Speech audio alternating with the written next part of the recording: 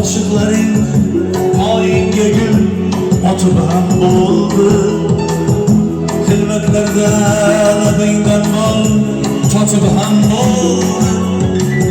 Ve bu hakda kimlergedir sozuban oldu.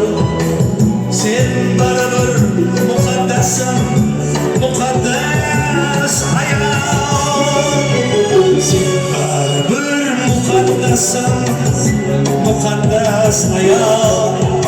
Sen barabır mukaddesin, mukaddes hayat. Sen barabır mukaddesin, mukaddes hayat.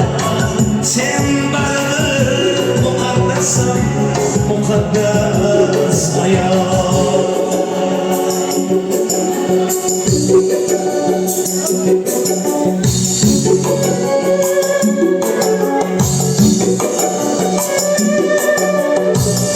Koysana sen hastagina ve egesin baş.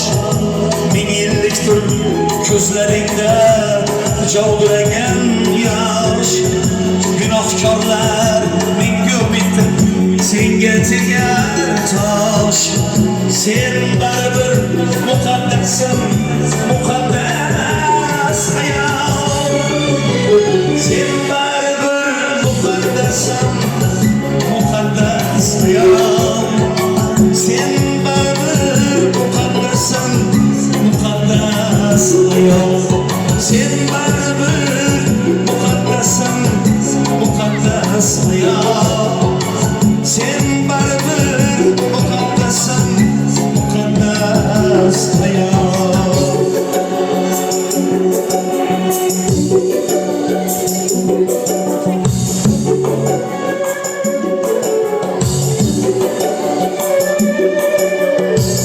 Aslı bu bor erkeklerning bora yürüsün. Rostu yolg'on erkeklerning borar yürüsün. Asal ottik erkeklerning borar yürüsün.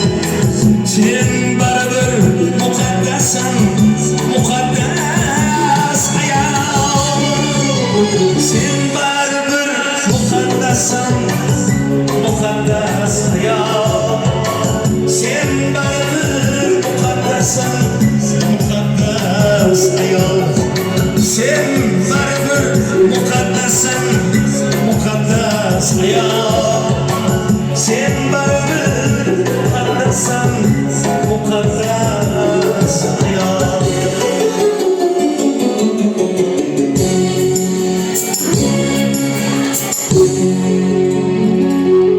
İlohim bütün dünyodagi ayollarni boshi omon bo'lsin.